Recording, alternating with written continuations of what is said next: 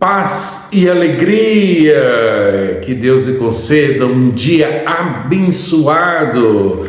E para começar bem o dia, a nossa devocional diária. Hoje, Gênesis capítulo 18, do verso 1 ao verso de número 15, diz assim o texto: Apareceu o Senhor a Abraão nos carvalhais de Mamre, quando ele estava sentado à entrada da tenda no maior calor do dia. Levantou ele os olhos e olhou, e eis 3 homens de pé em frente dele. Vendo-os, correu da porta da tenda ao seu encontro, prostrou-se em terra e disse: Senhor meu, se acho mercê em tua presença, rogo-te que não a passe do teu servo. Traga-se um pouco de água, lavai os pés e repousai debaixo desta árvore. Trarei um bocado de pão, refazei as vossas forças, visto que chegaste até vosso servo. Depois seguireis avante. Responderam: Faze como disseste. Apressou-se, pois, Abraão para a tenda de Sara e lhe disse: Amassa depressa 3 medidas de flor de farinha e faze pão assado ao borralho. Abraão, por sua vez, correu ao gado, tomou um novilho tenro e bom, e deu ao criado que se apressou em prepará-lo. Tomou também coalhada e leite, tudo diante deles, e permaneceu de pé junto a eles debaixo da árvore, e eles comeram. Então lhe perguntaram: Sara, tua mulher, onde está? Ele respondeu: Está aí na tenda. Disse um deles: Certamente voltarei a ti daqui a 1 ano, e Sara, tua mulher, dará à luz um filho. Sara estava escutando à porta da tenda atrás dele. Abraão e Sara eram já velhos, avançados em idade, e Sara já lhe havia cessado o costume das mulheres. Riu-se, pois, Sara no seu íntimo, dizendo consigo mesma: Depois de velha e velho também o meu senhor, terei ainda prazer? Disse o Senhor a Abraão: Por que se riu Sara, dizendo: Será verdade que darei ainda luz sendo velha? Acaso para o Senhor há coisa demasiadamente difícil? Daqui a 1 ano, neste mesmo tempo, voltarei a ti, e Sara terá um filho. Então Sara, receosa, o negou, dizendo: Não me ri. Ele, porém, disse: Não é assim, é certo que riste. Das teofanias registradas nas Escrituras, esta é a que Deus demonstra mais intimidade para quem ele se revela. Aqui, Abraão não apenas vê aqueles que estavam se revelando a ele, como oferece uma refeição que é aceita aqueles que estavam visitando Abraão naquele calor do dia. Esta manifestação de Deus demonstra a forma com que Deus lida conosco nessa repetição da promessa.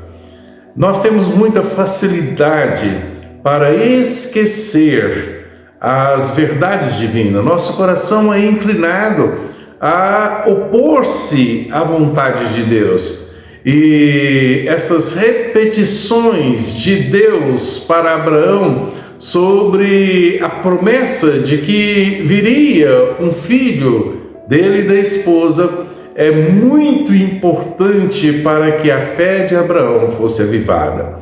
Abraão, a princípio, não reconhecia nos 3 visitantes que chegaram a pessoa divina. Entretanto, trata-os de forma honrada e respeitosa. Mas à medida que a conversa se estende, ele percebe estar diante do próprio Deus. E essa manifestação divina, ela se dá por completo quando ele repete para Abraão a verdade de que ele e Sara teriam um filho. Sara, do outro lado da tenda, ouviu a palavra do Senhor. E quando Sara ouve a palavra do Senhor, ela ri. Não aquele riso de alegria e santo temor que Abraão teve quando recebeu essa mesma mensagem, mas parece que o riso de Sara foi de dúvida. E Moisés faz questão de justificar a razão do riso de Sara, porque ambos estavam velhos.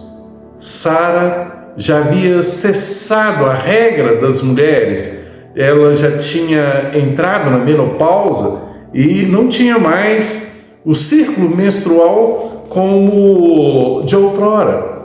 E tudo isto, considerado nos pensamentos de Sara, era impedimento para aquela promessa se cumprisse. Então nós temos o versículo central aqui desse texto.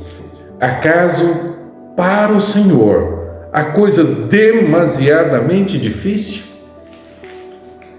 Quem havia se apresentado para Abraão no texto anterior foi El Shaddai, o Deus Todo-Poderoso. E essa manifestação de Deus aqui no versículo de 1:18 é do mesmo Deus poderoso que havia se revelado. Não há impedimento para que a vontade de Deus se cumpra.